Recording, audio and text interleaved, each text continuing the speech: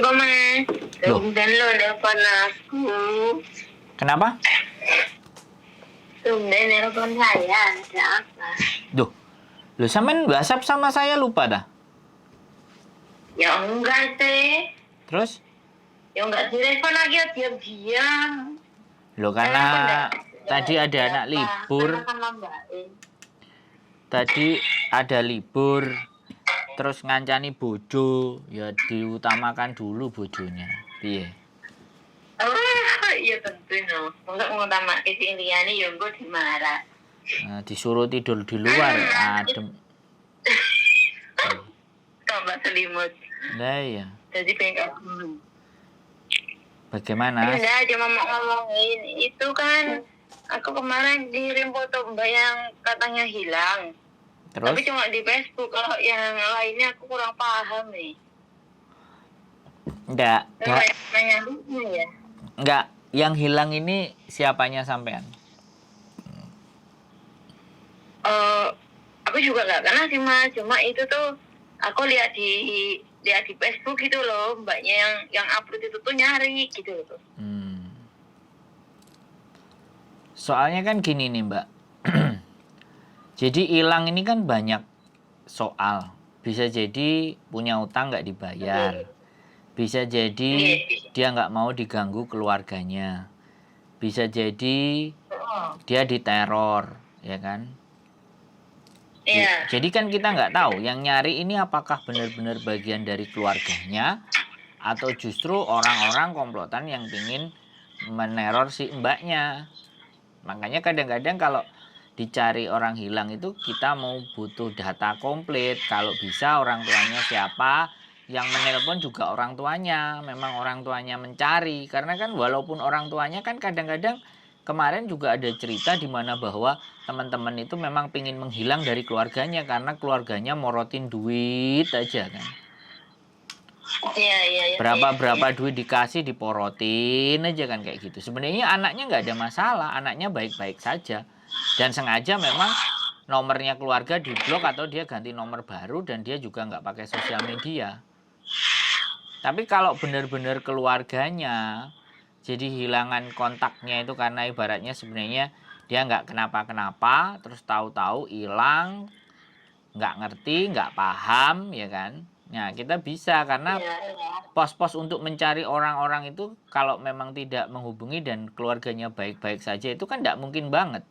Kalau ataupun dia masuk di penjara pun KJRI pasti punya data gitu. Data anak ini pasti ada di KJRI. Kalau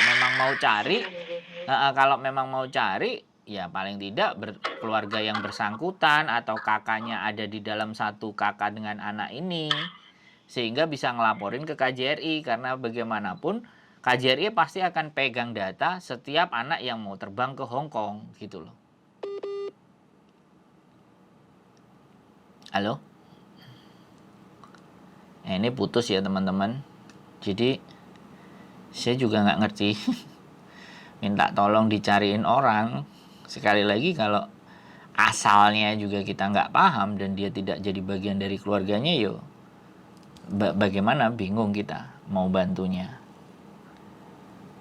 Jadi bukan persoalan antara direspon dan tidak direspon, tapi bantuin orang pun juga punya prosedur. Jadi seperti itu sih ceritanya. Terkadang kan kita juga nggak bisa gitu loh, karena ini adalah data seseorang. Nah, data seseorang itu kan memang sifatnya privacy. Seperti itu, orang nelpon ini aja kadang kita suruh sembunyikan suaranya. Bukan suaranya disembunyikan, namanya untuk tidak disebut gitu. Nah, ternyata mungkin dia ada majikan. Oke. Jadi buat teman-teman semuanya yang ada di Hong Kong dan seluruhnya, ketika Anda merasa kehilangan orang ataupun dilaporin dengan keluarganya, itu ada dua kemungkinan yang harus bisa kita lakukan dan kita pilah ya. Yang pertama bisa jadi karena memang tidak ada persoalan apapun. Justru yang bermasalah adalah mbaknya yang menghilang. Tapi bisa jadi persoalan adalah yang bermasalah memang anaknya nggak mau. Gitu. Jadi sekali lagi bahwa mencari orang yang hilang itu sebenarnya tidak hilang. Tapi orangnya memang tidak mau dihubungi atau tidak mau ditemuin. Kalau bertanya persoalan alasan ya seperti yang saya sampaikan di depan, banyak sekali alasan kenapa orang ini ingin menyendiri. Dan ini terbukti. Nggak cuma 1-2 orang, tapi saya terbukti ada beberapa orang ngobrol, memang dia menjauhi dari lingkungan keluarganya. Karena yang diminta selalu uang, sedangkan dia sendiri. Jadi kadang sampai keluarganya pun dia bela-belain utang, dan keluarganya juga nggak ngerti, dan dia juga nggak mau cerita ke keluarganya tentang kesusahannya dia. Nah, coba siapa yang diajak bicara? Waduh, ya kita ya, orang diajak berbicara ya nggak ada masalah, kita diskusikan ya. Memang kalau memang kita tahu data mereka dan mereka tidak ingin untuk dipublish, ya sudah, kita nggak akan sampaikan itu. Toh pun orang yang telepon sama kita nggak catetin nomornya dan dihafalin satu persatu.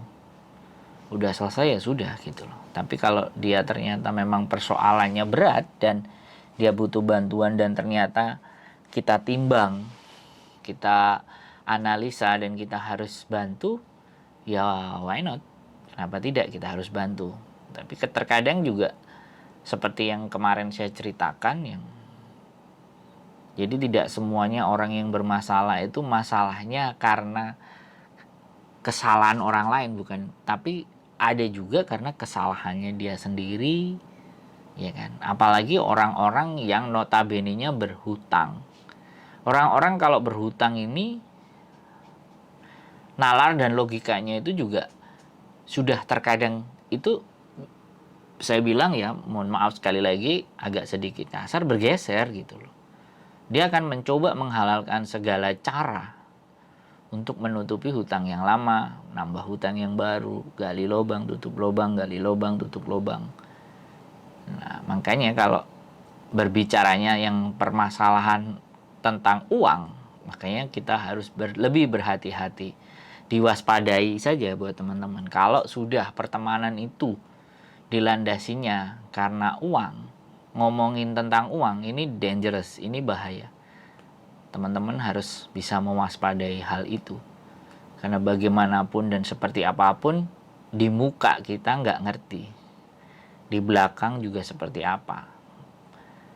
Persoalan busuk, ya kan, tidak baik orang itu kan tidak semerta-merta kita ketahui di depan. Tapi juga bukan berarti kita menganggap orang itu tidak baik gitu. Jadi kembali lagi kita lihat aja perangainya, tingkah lakunya, gerak-geriknya, cara berbicaranya. Ya apapun itu gitu loh. Waspada dan berhati-hati karena uang ini benar-benar bisa menyengsarakan. Tapi kalau uang itu bisa mensejahterakan, saya rasa juga enggak sih. Uang ini hanya sebagai alat. Apa yang bisa mensejahterakan kita? Apakah uang juga bisa mensejahterakan? Masih tergantung kepada siapa yang punya. Uang banyak pun kalau nggak bisa mengelola, ya kan? Uang banyak pun ketika kita nggak bisa menaruh, kita nggak bisa memanajemen, sama aja juga. Jadi bukan uang yang harus kita utamakan dalam hidup ini, tapi pengetahuan. Perbanyaklah pengetahuan, perbanyaklah ilmu, agar apa? Kita bisa menjalani kehidupan kita seperti apa yang kita rencanakan dan mendapatkan restu dari Sang Maha Kuasa. Semoga bermanfaat cuap-cuap saya ini, dan sekali lagi kritik dan saran tetap kami tunggu. Saya harapkan saya manusia yang bukan anti kritik. Saya bukan orang-orang yang anti untuk tidak dievaluasi, boleh apapun itu. Saya terima, saya pertimbangkan, kalau memang bagus pasti saya akan perbaiki. Sehat selalu buat teman-teman semuanya. Tetap stay tune di my YouTube channel dan see you next video. Bye-bye.